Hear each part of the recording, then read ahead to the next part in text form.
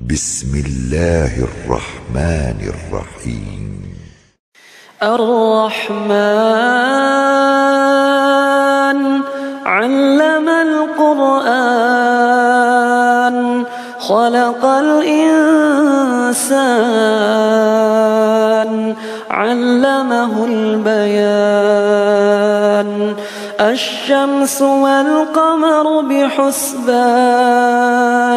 والنجم والشجر يسجدان والسماء رفعها ووضع الميزان ألا تطغوا في الميزان وأقيموا الوزن بالقسط ولا تخسروا الميزان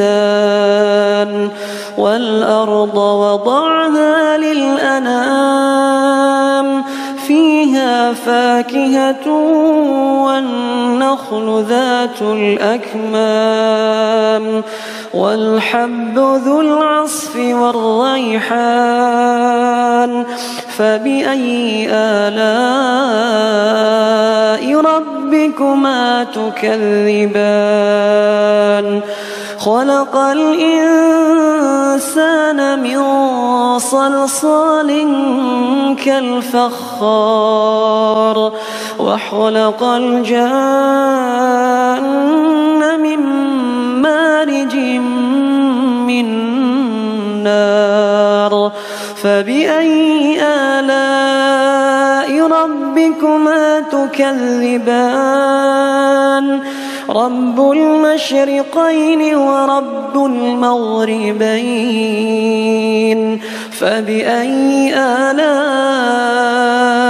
ربكما تكذبان مرج البحرين يلتقيان بينهما برزخ لا يبغيان فبأي آلاء ربكما تكذبان يخرج منهما اللؤلؤ والمرجان فبأي آلاء ربكما تكذبان وله الجوار المنشآت في البحر كالأعلام فبأي آلاء ربكما تكذبان كل من عليها فان ويبقى وجه ربك ذو الجلال والإكرام فبأي آلاء ربكما تكذبان يسأله من في السماوات والأرض كل يوم هو في شأن فبأي آلاء ربكما تكذبان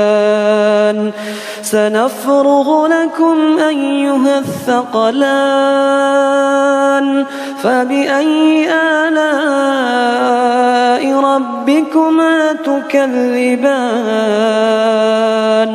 يا معشر الجن والإنس إن استطعتم أن تنفذوا من أقطار السماوات والأرض فانفذوا لا تنفذون إلا بسلطان فبأي آلاء ربكما تكذبان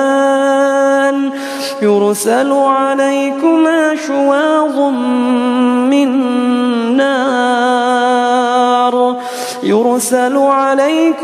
شواظ من نار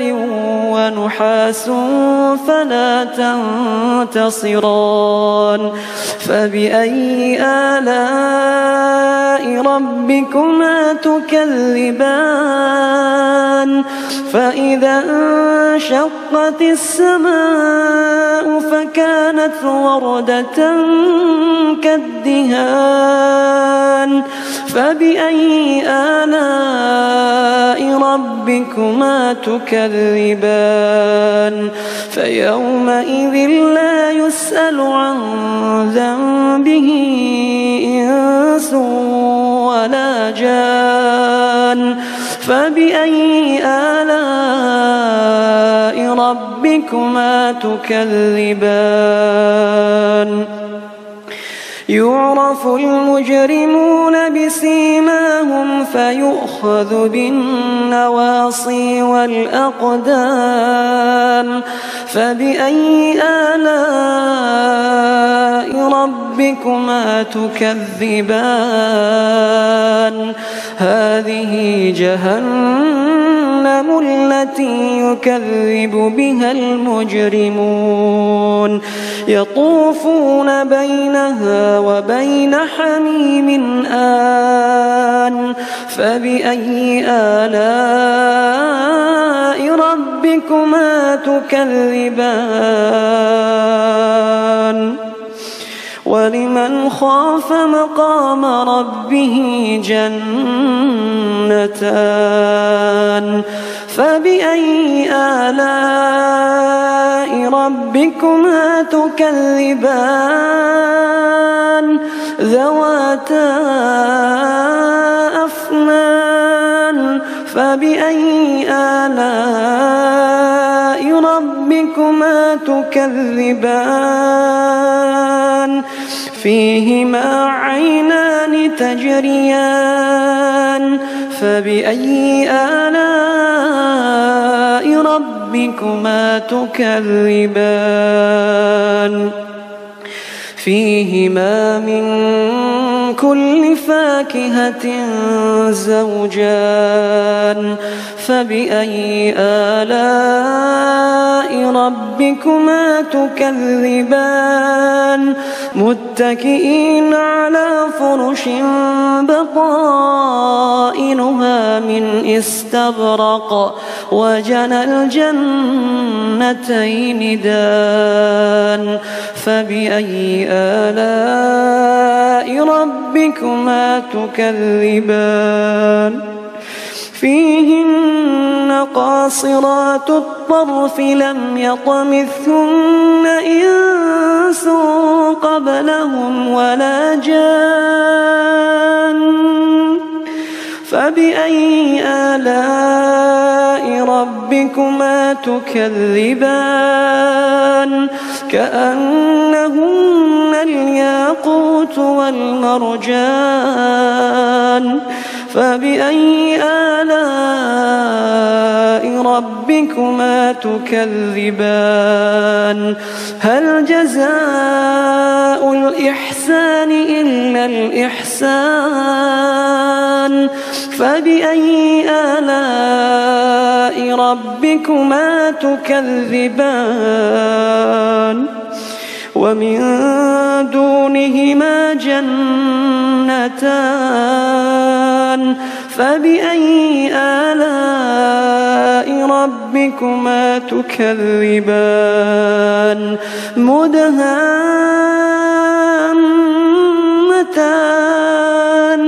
فبأي آلاء ربكما تكذبان فيهما عينان نضاختان فبأي آلاء ربكما تكذبان فيهما فاكهة ونخل ورمان فبأي آلاء ربكما تكذبان فيهن خيرات حسان فبأي آلاء ربكما تكذبان حور مقصورات في الخيام فبأي آلاء ربكما تكذبان لم يطمثهن إنس قبلهم ولا جان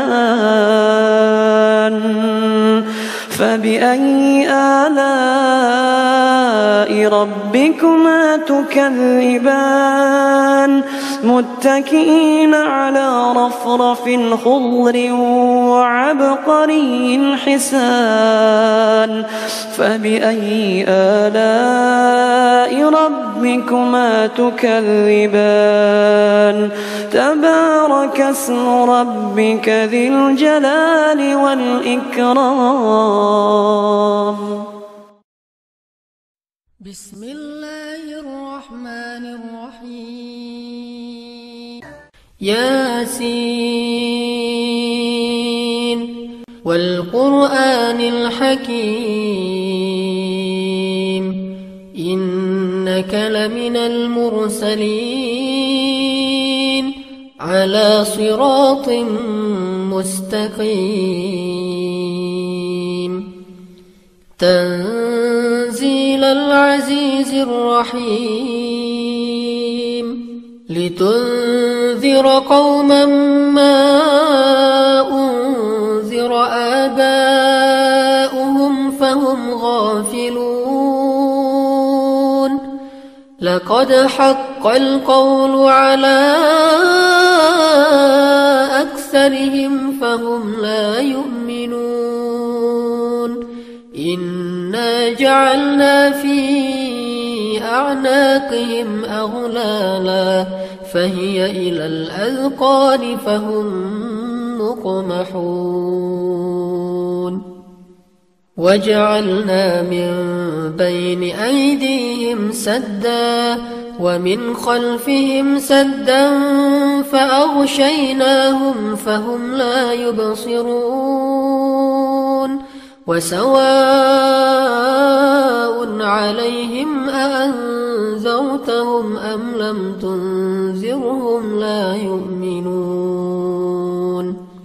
إنما تنذر من اتبع الذكر وخشي الرحمن بالغيب فبشره بمغفرة وأجر كريم إنا نحن نحيي الموتى ونكتب ما قدموا وآثارهم وكل شيء أحصيناه في إمام مبين واضرب لهم مثلا أصحاب القرية إذ جاءها المرسلون إذ أرسلنا إليهم اثنين فكذبوهما فعززنا بثالث فقالوا إنا إليكم مرسلون قالوا ما أنتم إلا بشر مثلنا وما أنزل الرحمن من شيء إن أنتم إلا تكذبون قالوا ربنا يعلم إنا إليكم لمرسلون وما علينا إلا البلاغ المبين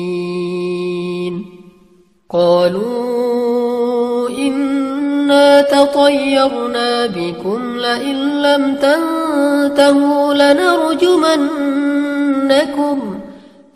لم تنتهوا لنرجمنكم وليمسنكم منا عذاب أليم قالوا طائركم معكم أئن ذكرتم بل أنتم قوم مسرفون وجاء من أقصى المدينة رجل يسعى قال يا قوم اتبعوا المرسلين اتبعوا من لا يسألكم أجرا وهم مهتدون وما لي لا أعبد الذي فطرني وإليه ترجعون أأتخذ من دونه آلهة إن يردني الرحمن بضر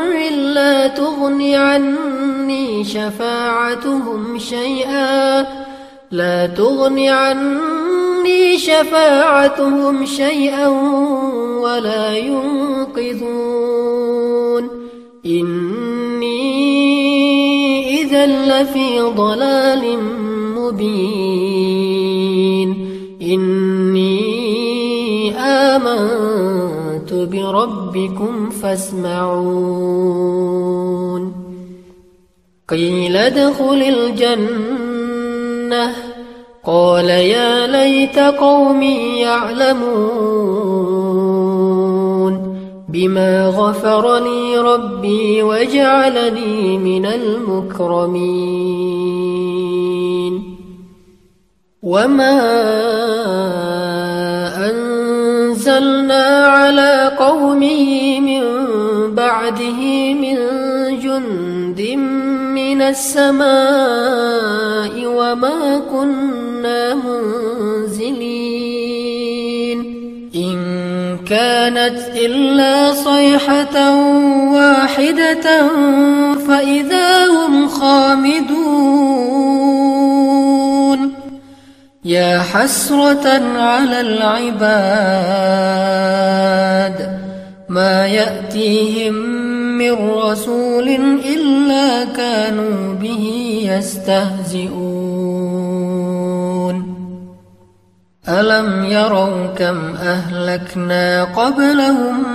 من القرون أنهم إليهم لا يرجعون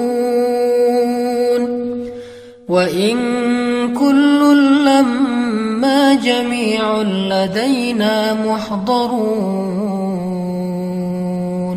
وآية لهم الأرض الميتة أحييناها وأخرجنا منها حبا فمنه يأكلون وجعلنا فيها جنات من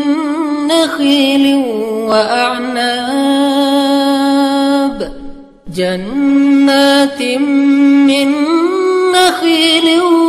وأعناب وفجرنا فيها من العيون ليأكلوا من ثمره وما عملته أيديهم أفلا يشكرون سبحان الذي خلق الأزواج كلها مما تنبت الأرض ومن أنفسهم ومما لا يعلمون وآية لهم الليل نسلخ منه النهار فإذا هم مظلمون والشمس تجري لمستقر لها ذلك تقدير العزيز العليم والقمر قدرناه منازل حتى عاد كالعرجون القديم لا الشمس ينبغي لها أن تدرك القمر ولا الليل سابق النهار وكل في فلك يسبحون وآية لهم أنا حملنا ذريتهم في الفلك المشحون وخلقنا لهم من مثله ما يركبون وإن نشأ نغرقهم فلا صريخ لهم ولا هم ينقذون إلا رحمة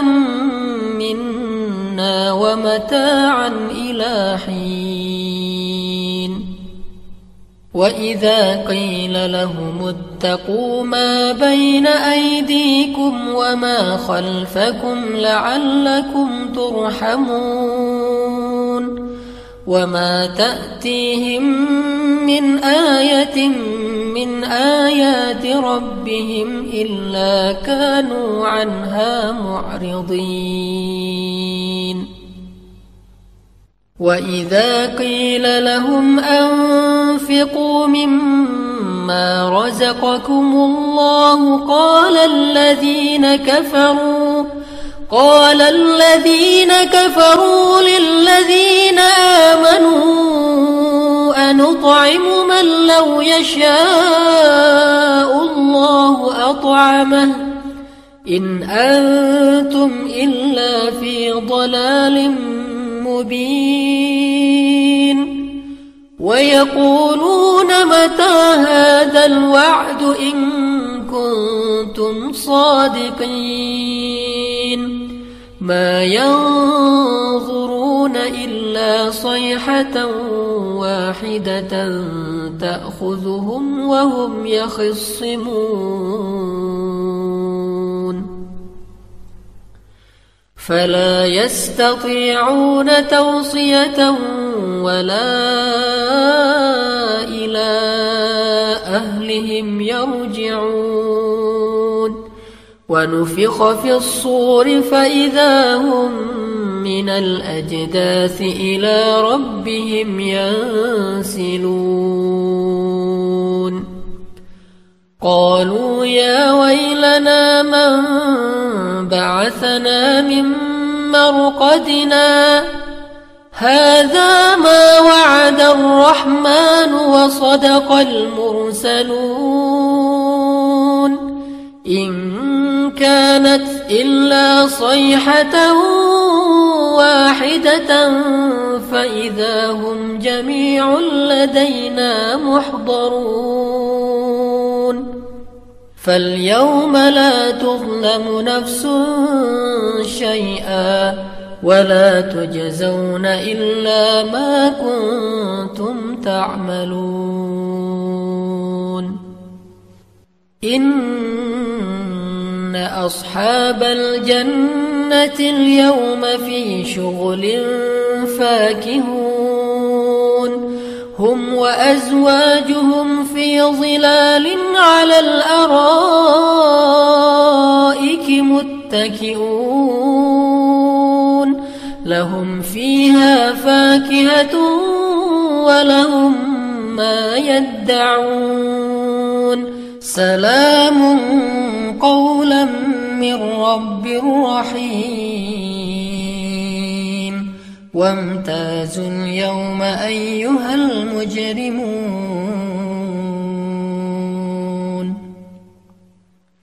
ألم أعهد إليكم يا بني آدم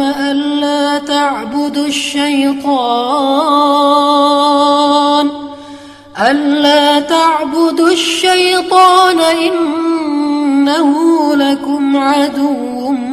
مبين وأن اعبدوني هذا صراط مستقيم ولقد أضل منكم جبلا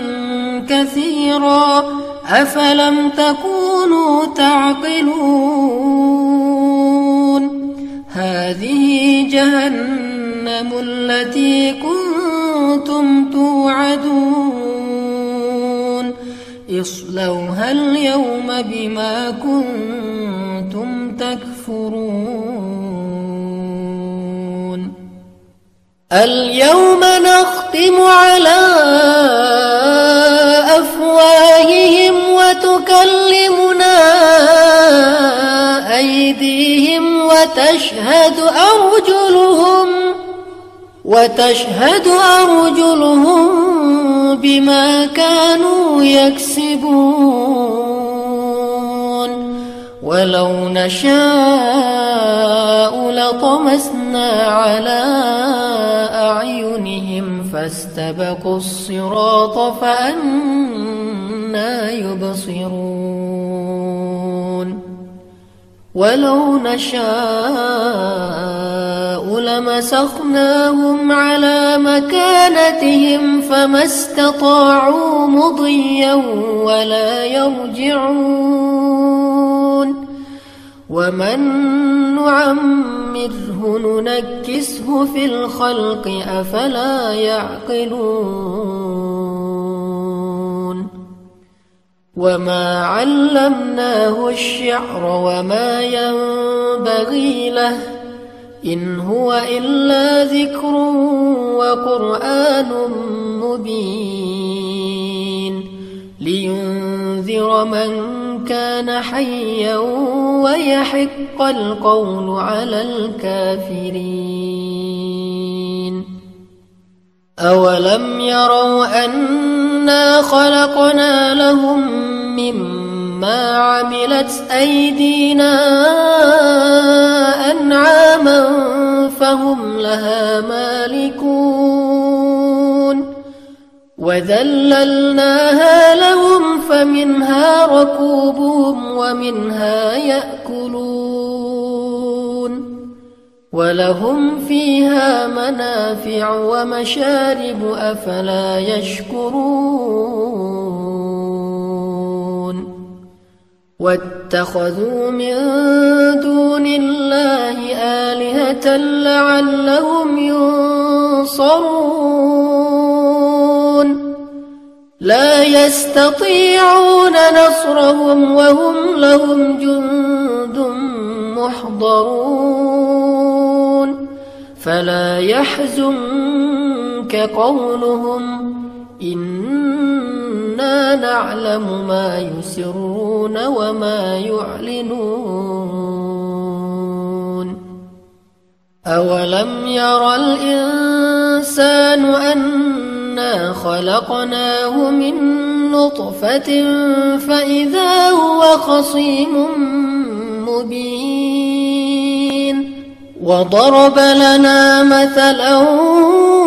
ونسي خلقه قال من يحيي العظام وهي رميم قل يحييها الذي أنشأها أول مرة وهو بكل خلق عليم. الذي جعل لكم من الشجر الأخضر نارا فإذا أنتم منه توقدون. أوليس الذي خلق السماوات والأرض بقادر على أن يخلق مثلهم بلى وهو الخلاق العليم. إنما أمره إذا أراد شيئا أن يقول له كن فيكون. فسبحان الذي بيده ملكوت كل شيء وإليه ترجعون. بسم الله الرحمن الرحيم. إذا وقعت الواقعة ليس لوقعتها كاذبة خافضة رافعة إذا رجت الأرض رجا وبست الجبال بسا فكانت هباء منبثا وكنتم أزواجا ثلاثة فأصحاب الميمنة ما أصحاب الميمنة وأصحاب المشأمة ما أصحاب المشأمة والسابقون السابقون أولئك المقربون في جنات النعيم ثلة من الأولين وقليل من الآخرين على سرر موضونة متكئين عليها متقابلين يطوف عليهم ولدان مخلدون بأكواب وأباريق وكأس من معين لا يصدعون عنها ولا ينزفون وفاكهة مما يتخيرون ولحم طير مما يشتهون وحور عين كأمثال اللؤلؤ المكنون جزاء بما كانوا يعملون لا يسمعون فيها لغوا ولا تأثيما إلا قيلا سلاما سلاما وأصحاب اليمين ما أصحاب اليمين في سدر مخضود وطلح منضود وظل ممدود وماء مسكوب وفاكهة كثيرة لا مقطوعة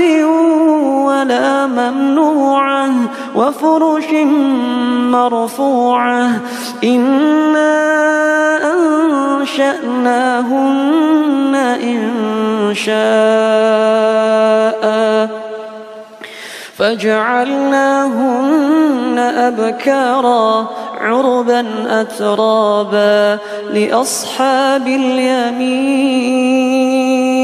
ثلة من الأولين وثلة من الآخرين وأصحاب الشمال ما أصحاب الشمال في سموم وحميم وظل من يحموم لا بارد ولا كريم إنهم كانوا قبل ذلك مترفين وكانوا يصرون على الحنث العظيم وكانوا يقولون أئذا متنا وكنا ترابا وعظاما أئنا لمبعوثون أو آباؤنا الأولون قل إن الأولين والآخرين لمجموعون إلى ميقات يوم معلوم ثم إنكم أيها الضالون المكذبون لآكلون من شجر من زقوم لآكلون من شجر من زقوم فمالئون منها البطون فشاربون عليه من الحميم فشاربون شرب الهيم هذا نزلهم يوم الدين نحن خلقناكم فلولا تصدقون أفرأيتم ما تمنون أأنتم تخلقونه أم نحن الخالقون نحن قدرنا بينكم الموت وما نحن بمسبوقين على أن نبدل أمثالكم وننشئكم فيما لا تعلمون ولقد علمتم النشأة الأولى فلولا تذكرون أفرأيتم ما تحرثون أأنتم تزرعونه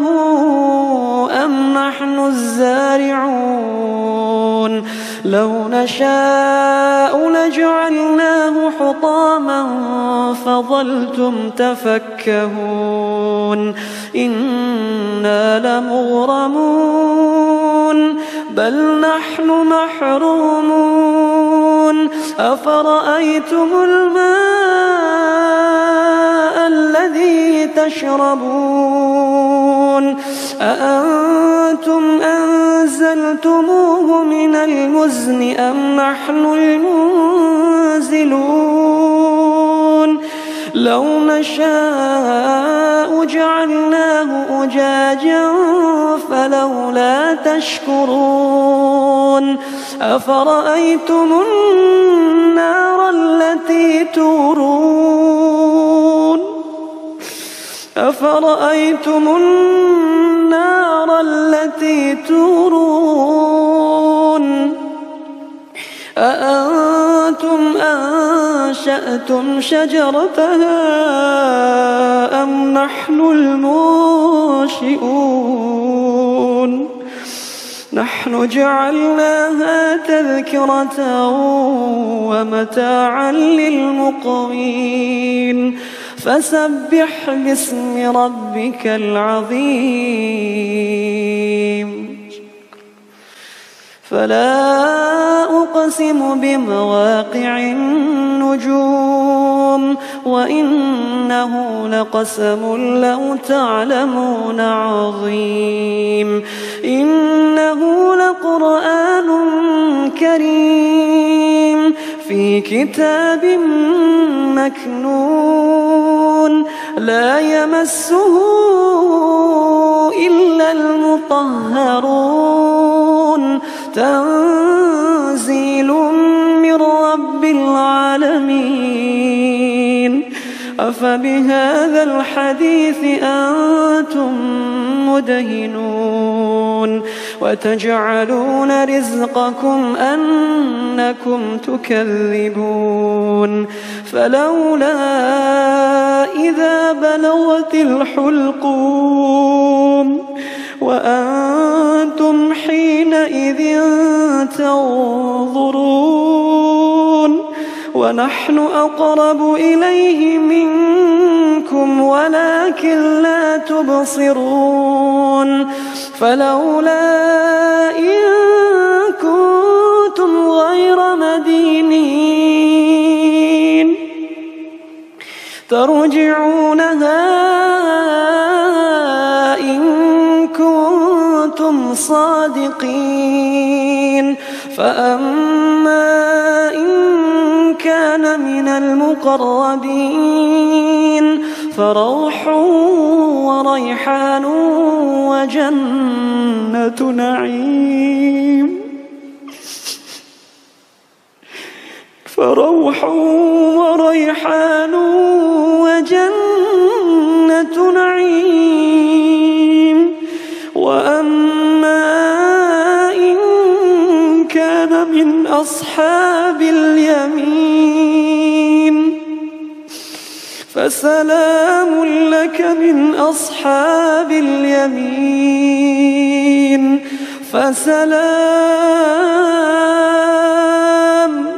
فسلام لك من أصحاب اليمين وأما إن كان من المكذبين الضالين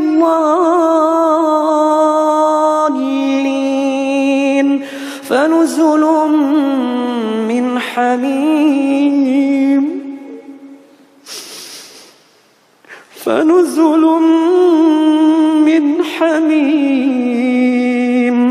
وتصلية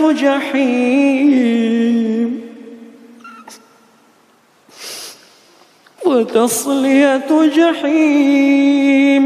إن هذا لهو حق اليقين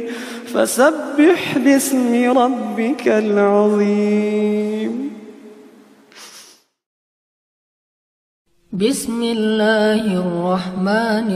الرحيم. تبارك الذي بيده الملك وهو على كل شيء قدير، الذي خلق الموت والحياة ليبلوكم أيكم أحسن عملا وهو العزيز الغفور. الذي خلق 7 سماوات طباقا ما ترى في خلق الرحمن من تفاوت فارجع البصر هل ترى من فطور ثم ارجع البصر كرتين ينقلب إليك البصر خاسئا وهو حسير. ولقد زينا السماء الدنيا بمصابيح وجعلناها رجوما للشياطين وأعتدنا لهم عذاب السعير. وللذين كفروا بربهم عذاب جهنم وبئس المصير. إذا ألقوا فيها سمعوا لها شهيقا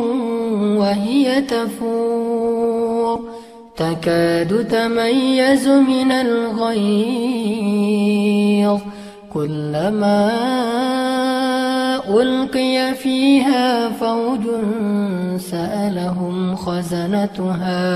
سألهم خزنتها ألم يأتكم نذير؟ قالوا بلى قد جاءنا نذير فكذبنا وقلنا ما نزل الله من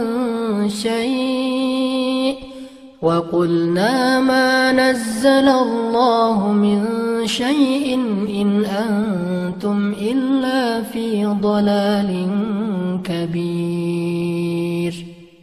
وقالوا لو كنا نسمع أو نعقل ما كنا في أصحاب السعير فاعترفوا بذنبهم فسحقا لأصحاب السعير. إن الذين يخشون ربهم بالغيب لهم مغفرة وأجر كبير. وأسروا قولكم أو اجهروا به إنه عليم بذات الصدور. ألا يعلم من خلق وهو اللطيف الخبير. هو الذي جعل لكم الأرض ذلولا فامشوا في مناكبها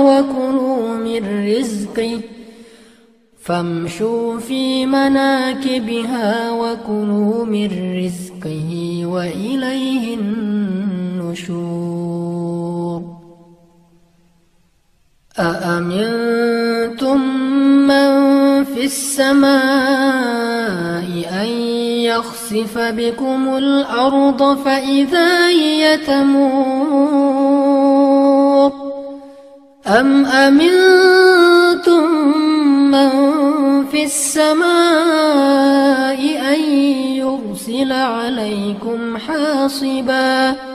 أن يرسل عليكم حاصبا فستعلمون كيف نذير ولقد كذب الذين من قبلهم فكيف كان نكير أولم يروا إلى الطير فوقهم صافات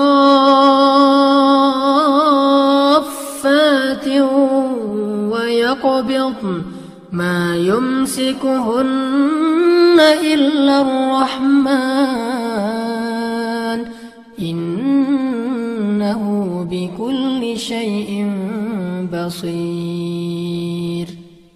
أمن هذا الذي هو جند لكم ينصركم من دون الرحمن إن الكافرون إلا في غرور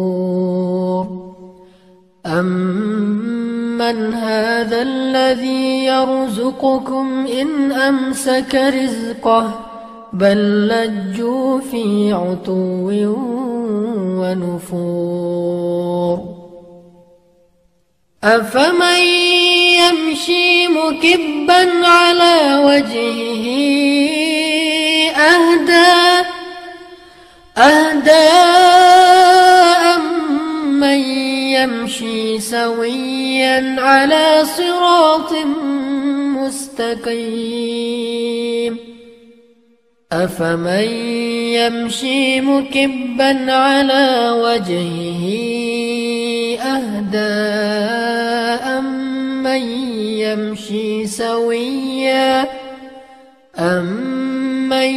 يمشي سويا على صراط مستقيم قل هو الذي أنشأكم وجعل لكم السمع والأبصار والأفئدة قليلا ما تشكرون قل هو الذي ذرأكم في الأرض وإليه تحشرون ويقولون متى هذا الوعد إن كنتم صادقين قل إنما العلم عند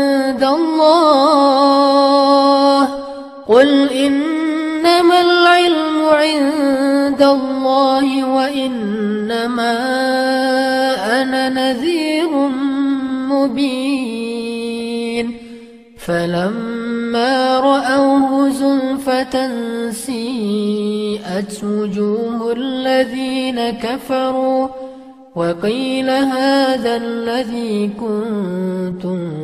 به تدعون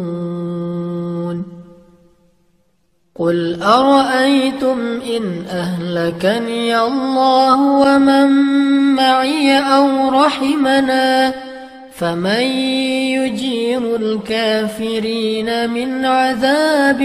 أليم قل هو الرحمن آمنا به وعليه توكلنا فستعلمون من هو في ضلال مبين قل أرأيتم إن أصبح ماؤكم غورا إن أصبح ماؤكم غورا فمن يأتيكم بماء معين. بسم الله الرحمن الرحيم. الحمد لله الذي أنزل على عبده الكتاب ولم يجعل له عوجا قيما لينذر بأسا شديدا من لدنه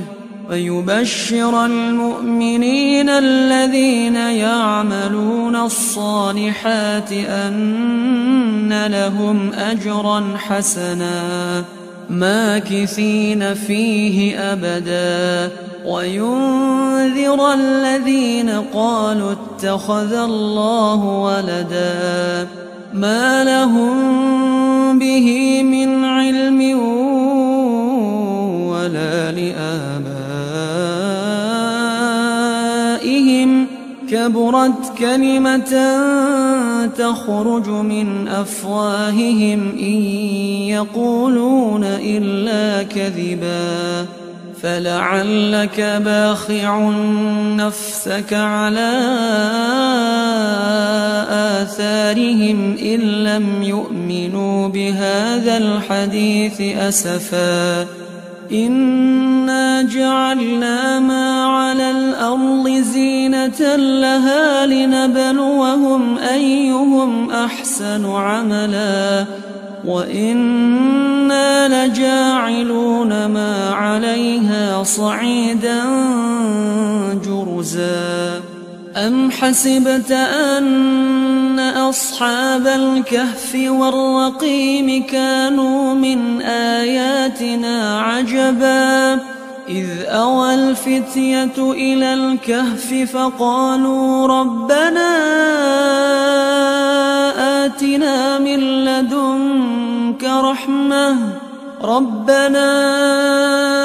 آتنا من لدنك رحمة وهيئ لنا من أمرنا رشدا فضربنا على آذانهم في الكهف سنين عددا ثم بعثناهم لنعلم أي الحزبين أحصى لما لبثوا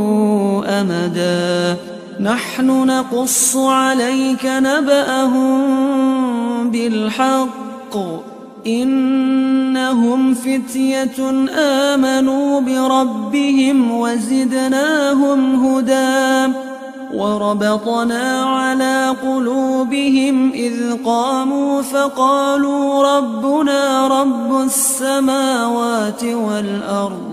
لن ندعو من دونه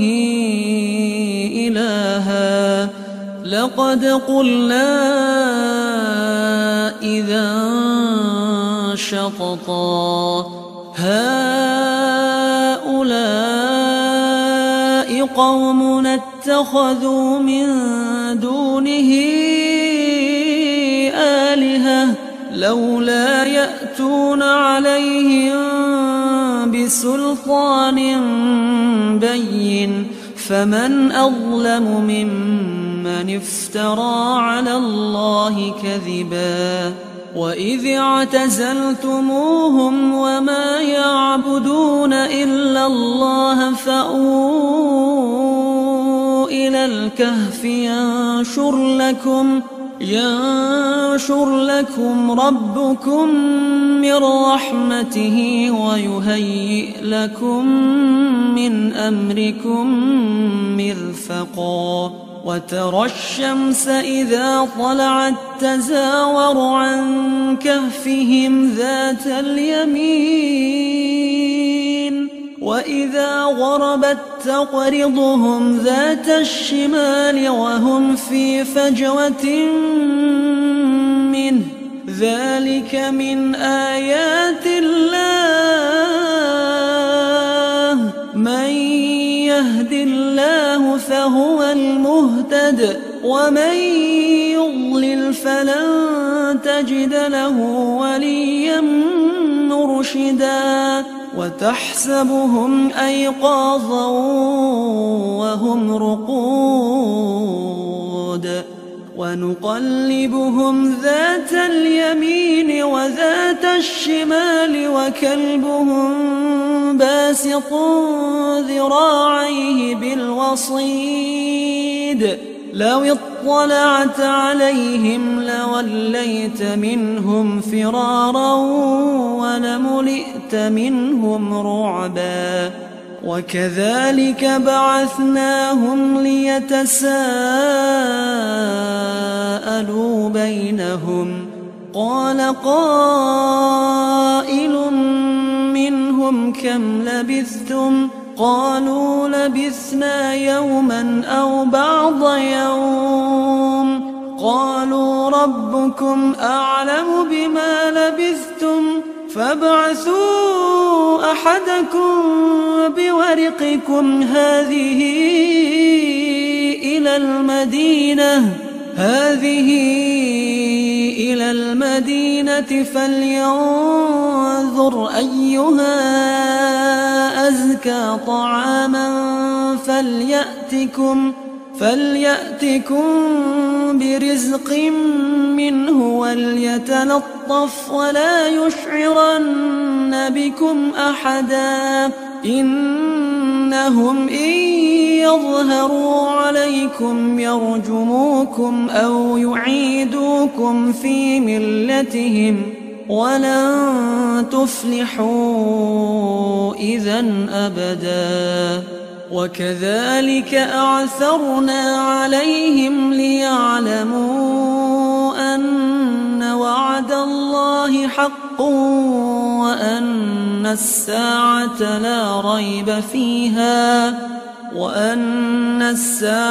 لا ريب فيها إذ يتنازعون بينهم أمرهم فقالوا ابنوا عليهم بنيانا ربهم أعلم بهم قال الذين غلبوا على أمرهم لنتخذن عليهم مسجدا سيقولون ثلاثة رابعهم كلبهم ويقولون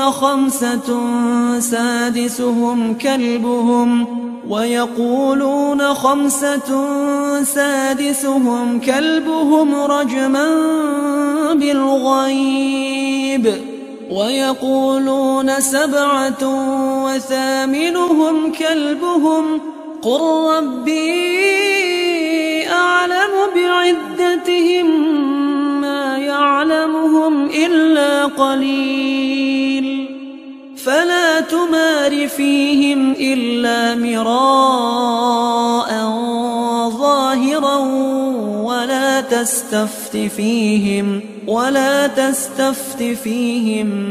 منهم أحدا ولا تقولن لشيء إني فاعل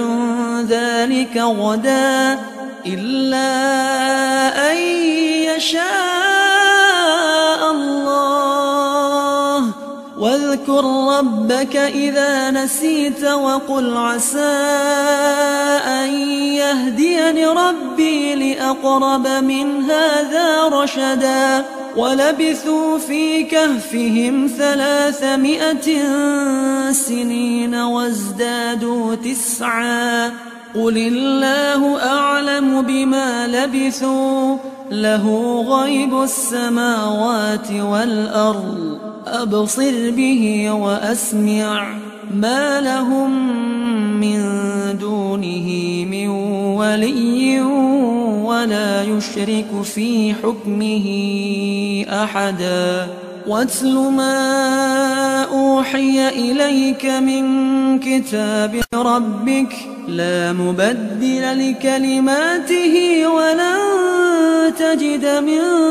دونه ملتحدا واصبر نفسك مع الذين يدعون ربهم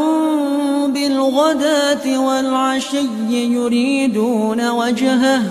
ولا تعد عيناك عنهم تريد زينة الحياة الدنيا ولا تطع من أغفلنا قلبه عن ذكرنا واتبع هواه وكان أمره فرطا وقل الحق من ربكم فمن شاء فليؤمن ومن شاء فليكفر إنا أعتدنا للظالمين نارا أحاط بهم سرادقها وإن يستغيثوا يغاثوا بماء كالمهل يشوي الوجوه بئس الشراب وساءت مرتفقا إن الذين آمنوا وعملوا الصالحات إنا لا نضيع أجر من أحسن عملا أولئك لهم جنات عدن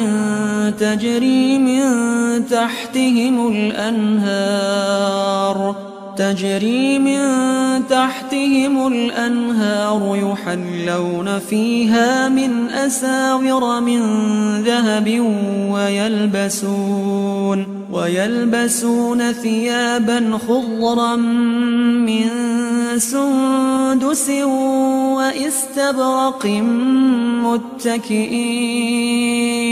وإستبرق متكئين فيها على الأرائك نعم الثواب وحسنت مرتفقا واضرب لهم مثلا الرجلين جعلنا لأحدهما جنتين من أعناب وحففناهما بنخل وجعلنا بينهما زرعا كلتا الجنتين آتت أكلها ولم تظلم منه شيئا وفجرنا خلالهما نهرا وكان له ثمر فقال لصاحبه وهو يحاوره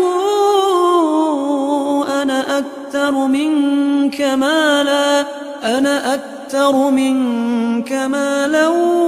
وأعز نفرا ودخل جنته وهو ظالم لنفسه قال ما أظن أن تبيد هذه أبدا وما أظن الساعة قائمة ولئن رددت إلى ربي لأجدن خيرا منها منقلبا قال له صاحبه وهو يحاوره أكفرت بالذي خلقك من تراب ثم من نطفة ثم سواك رجلا لكن هو الله ربي ولا أشرك بربي أحدا ولولا إذ دخلت جنتك قلت ما شاء الله لا قوة إلا بالله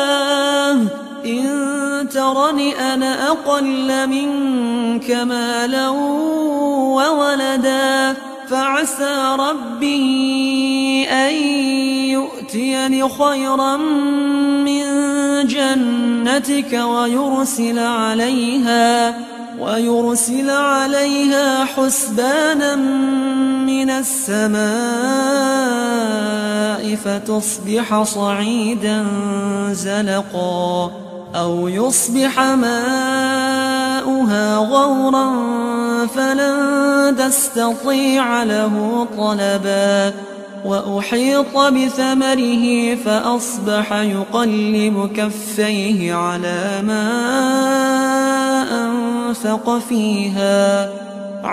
ما أنفق فيها وهي خاوية على عروشها ويقول يا ليتني لم أشرك بربي أحدا ولم تكن له فئة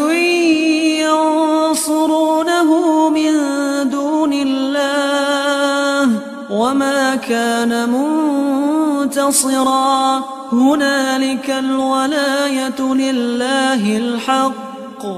هو خير ثوابا وخير عقبا واضرب لهم مثل الحياة الدنيا كماء أنزلناه من السماء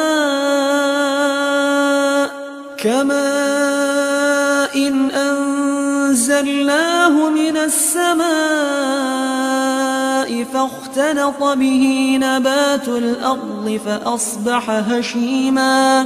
فأصبح هشيما تذروه الرياح وكان الله على كل شيء مقتدرا المال والبنون زينة الحياة الدنيا والباقيات الصالحات خير عند ربك ثوابا وخير أملا ويوم نسير الجبال وترى الأرض بارزة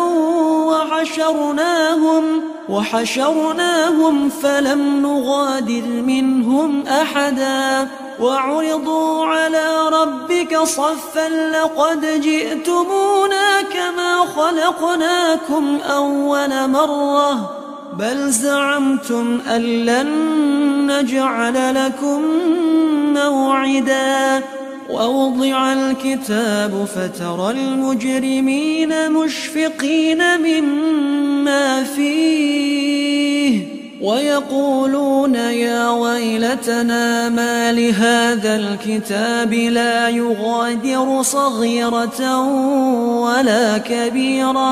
لا يغادر صغيرة ولا كبيرة إلا أحصاها ووجدوا ما عملوا حاضرا ولا يظلم ربك أحدا وإذ قلنا للملائكة اسجدوا لآدم فسجدوا إلا إبليس كان من الجن ففسق عن أمر ربه أفتتخذونه وذريته أولياء من دوني وهم لكم عدو بئس للظالمين بدلا ما أشهدتهم خلق السماوات والأرض ولا خلق أنفسهم وما كنت متخذ المضلين عضدا ويوم يقول نادوا شركائي الذين زعمتم فدعوهم فلم يستجيبوا لهم وجعلنا بينهم موبقا ورأى المجرمون النار فظنوا أنهم مواقعوها ولم يجدوا عنها مصرفا ولقد صرفنا في هذا القرآن للناس من كل مثل وكان الإنسان أكثر شيء جدلا وما منع الناس أن يؤمنوا إذ جاءهم الهدى ويستغفروا ربهم إلا أن تأتيهم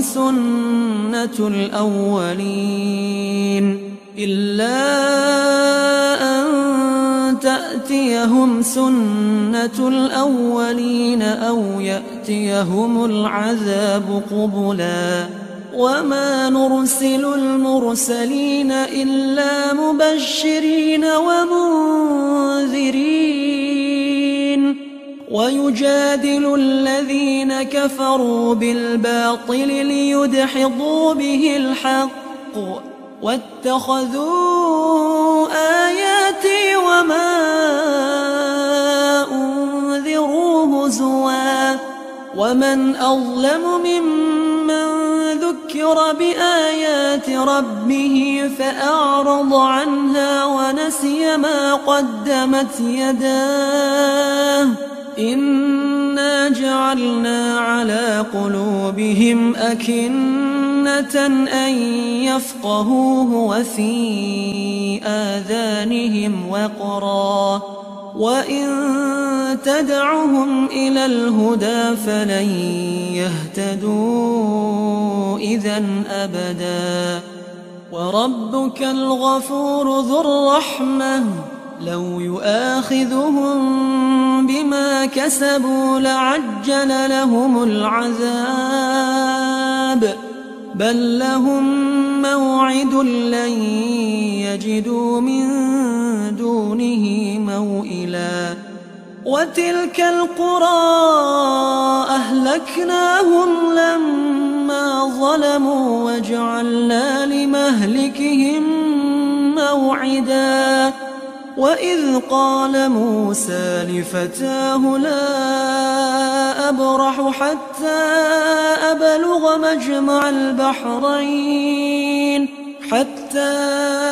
أبلغ مجمع البحرين أو أمضي حقبا فلما بلغ مجمع بينهما نسيا حوتهما فاتخذ سبيله في البحر سربا فلما جاوزا قال لفتاه آتنا غداءنا لقد لقينا من سفرنا هذا نصبا قال أرأيت إذ أوينا إلى الصخرة فإني نسيت الحوت وما أنسانيه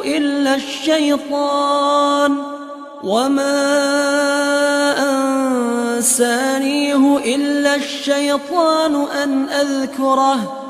واتخذ سبيله في البحر عجبا قال ذلك ما كنا نبغ فارتد على آثارهما قصصا فوجدا عبدا من عبادنا آتيناه رحمة من عندنا وعلمناه من لدنا علما قال له موسى هل أتبعك على أن تعلمني مما علمت رشدا قال إنك لن تستطيع معي صبرا وكيف تصبر على ما لم تحط به خبرا قال ستجدني إن شاء الله صابرا ولا أعصي لك أمرا قال فإن اتبعتني فلا تسألني عن شيء حتى أحدث لك منه ذكرا فانطلقا حتى إذا ركبا في السفينة خرقها قال أخرقتها لتغرق أهلها لقد جئت شيئا إمرا قال ألم أقل إنك لن تستطيع معي صبرا قال لا تؤاخذني بما نسيت ولا ترهقني من أمري عسرا فانطلقا حتى إذا لقيا غلاما فقتله قال أقتلت نفسا زكية بغير نفس لقد جئت شيئا نكرا. قال ألم أقل لك إنك لن تستطيع معي صبرا. قال إن سألتك عن شيء بعدها فلا تصاحبني قد بلغت من لدني عذرا. فانطلقا حتى إذا أتيا أهل قرية استطعما أهلها فأبوا أن يضيفوهما فوجدا فيها جدارا يريد أن ينقض فأقامه. قال لو شئت لاتخذت عليه أجرا. قال هذا فراق بيني وبينك سأنبئك بتأويل ما لم تستطع عليه صبرا. أما السفينة فكانت لمساكين يعملون في البحر فأردت أن أعيبها وكان وراءهم ملك يأخذ كل سفينة غصبا. وأما الغلام فكان أبواه مؤمنين فخشينا أن يرهقهما طغيانا وكفرا فأردنا أن يبدلهما ربهما خيرا منه زكاة وأقرب رحما. وأما الجدار فكان لغلامين يتيمين في المدينة وكان تحته كنز لهما وكان أبوهما صالحا. فأراد ربك أن يبلغا أشدهما ويستخرجا كنزهما رحمة من ربك وما فعلته عن أمري ذلك تأويل ما لم تستع عليه صبرا. ويسألونك عن ذي القرنين قل سأتلو عليكم منه ذكرا. إنا مكنا له في الأرض وآتيناه من كل شيء سببا فأتبع سببا حتى إذا بلغ مغرب الشمس وجدها تغرب في عين حمئة ووجد عندها قوما. قلنا يا ذا القرنين إما أن تعذب وإما أن تتخذ فيهم حسنا. قال أما من ظلم فسوف نعذبه ثم يرد إلى ربه فيعذبه عذابا نكرا. وأما من آمن وعمل صالحا فله جزاء الحسنى وسنقول له من أمرنا يسرا. ثم أتبع سببا حتى إذا بلغ مطلع الشمس وجدها تطلع على قوم لم نجعل لهم من دونها سترا. كذلك وقد أحطنا بما لديه خبرا. ثم أتبع سببا حتى إذا بلغ بين السدين وجد من دونهما قوما لا يكادون يفقهون قولا قالوا يا ذا القرنين إن يأجوج ومأجوج مفسدون في الأرض فهل نجعل لك خرجا على أن تجعل بيننا وبينهم سدا قال ما مكني فيه ربي خير فأعينوني بقوة أجعل بينكم وبينهم ردما آتوني زبر الحديد حتى إذا ساوى بين الصدفين قال انفخوا حتى إذا جعله نارا قال آتوني أفرغ عليه قطرا فما استطاعوا أن يظهروه وما استطاعوا له نقبا قال هذا رحمة من ربي فإذا جاء وعد ربي جعله دكا وكان وعد ربي حقا